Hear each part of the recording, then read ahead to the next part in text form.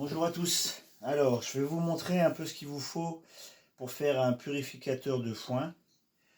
Alors, j'en ai déjà fait un pour moi et j'en refais un pour une amie. Donc, le principe, la décolleuse. Donc là, c'est une Black & Decker parce que je l'ai acheté d'occasion et puis c'était l'occasion qui s'est présentée à moi sous cette marque.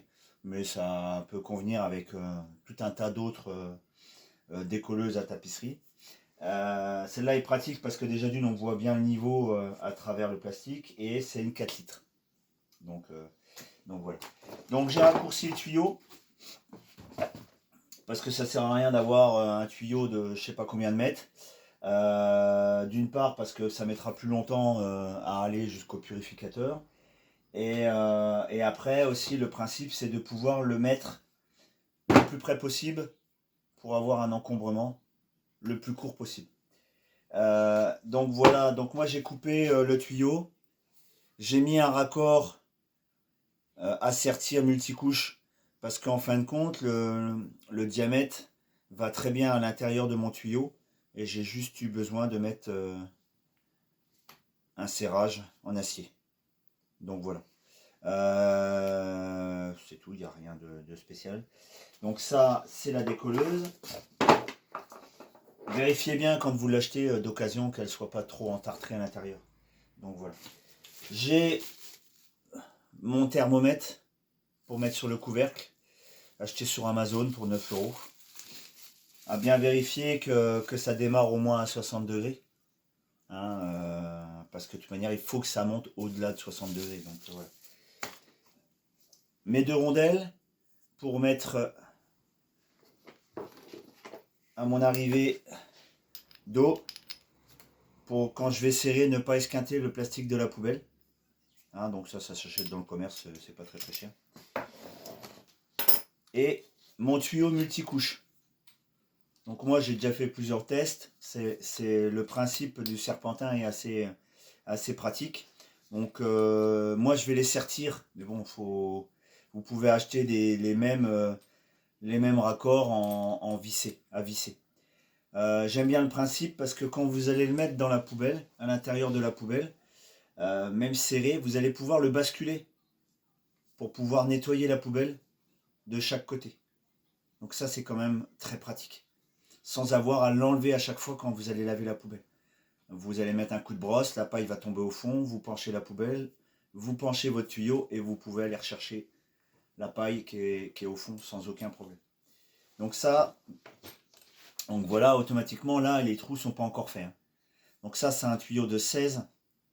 Moi je prends 16 parce qu'il faut que ça pulse un peu quand même. 20 c'est quand même largement plus gros et ça a un peu moins de puissance dans la vapeur. Et je vais percer des trous de 4. Donc voilà. Donc moi je me casse pas trop la tête. Je mets deux doigts, je fais un trou, deux doigts, un trou, deux doigts, un trou. Et je fais mon petit tour jusqu'au bout. Donc voilà. À savoir, un raccord comme ça, à visser, il me semble que c'est un peu moins cher. C'est dans les 4 €. Donc voilà. Le tuyau, arrangez-vous d'en acheter un d'occasion. Parce que c'est vendu en 20 mètres, je crois.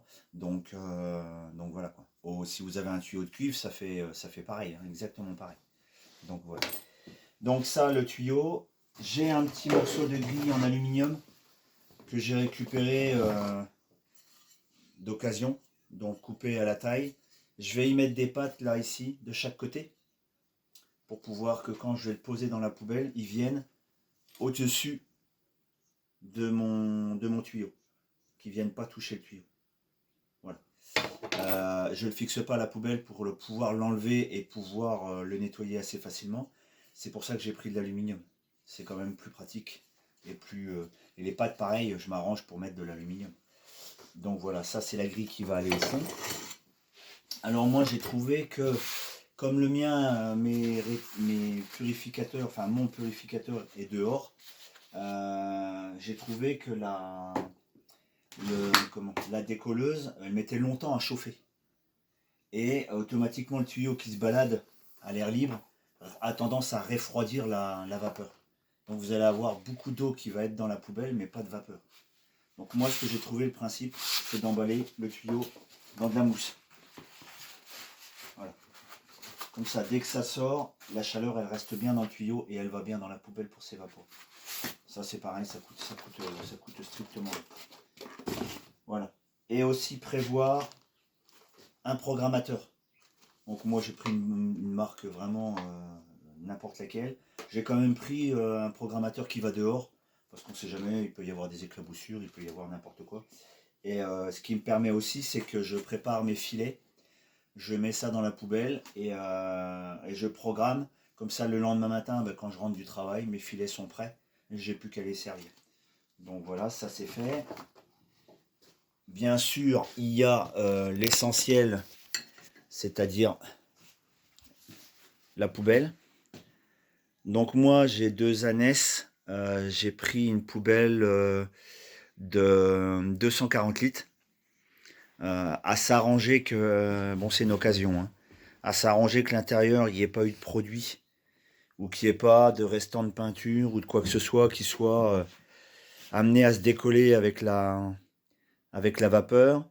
Moi ce que je fais, c'est que je fais un trou au niveau avant de la poubelle, hein, donc je vais faire un trou ici plus ou moins dans l'angle, hein, et ce qui va faire c'est que l'eau elle va bien sortir puisque la poubelle est légèrement vers l'avant avec les roues. Donc voilà. Moi, comme je veux éviter qu'elle se perce ou elle se casse, étant donné que je vais percer un trou dedans, là ici sur le petit rebord, donc là je vois qu'il est fort esquinté, donc je vais le mettre plutôt ici, là j'ai un peu d'épaisseur, je mets des petites barres, des petits tubes en aluminium.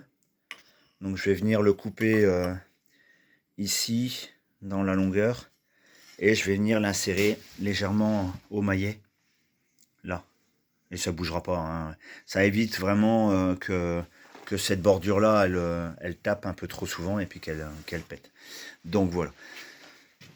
Donc voilà le principe du truc. Sur mes autres vidéos, j'ai déjà posté un peu la mise en œuvre, comment on s'en sert. Donc là, le thermomètre, je vais le mettre ici. Il sera toujours dans l'épaisseur du couvercle. Hein, on voit bien, de toute manière, c'est pour ça qu'il faut vraiment... voilà, il faut vraiment que...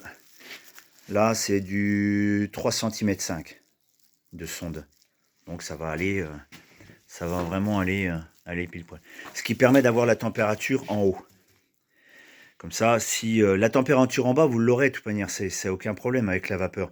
Mais en mettant du foin, si vous en mettez trop, si vous chargez trop, si vous avez que 30 degrés en haut, c'est pas normal, quoi. C'est qu'il faut ou réduire la quantité de foin, ou que la décolleuse elle est vraiment entartrée et que elle fait pas assez de chaleur. Donc le top, c'est de tester la première fois le thermomètre à vide, sans foin. Et une fois que vous voyez que ça monte bien en température, il faut que ça descende pas trop quand vous allez rajouter le foin dedans, quoi. Donc voilà. Mais écoutez, si vous avez des questions, là j'en suis à ma deuxième, donc je commence un peu à voir ce qu'il faut faire et ce qu'il faut pas faire. Là, ça fait à peu près un petit mois que je teste déjà, moi, pour mes ânesses.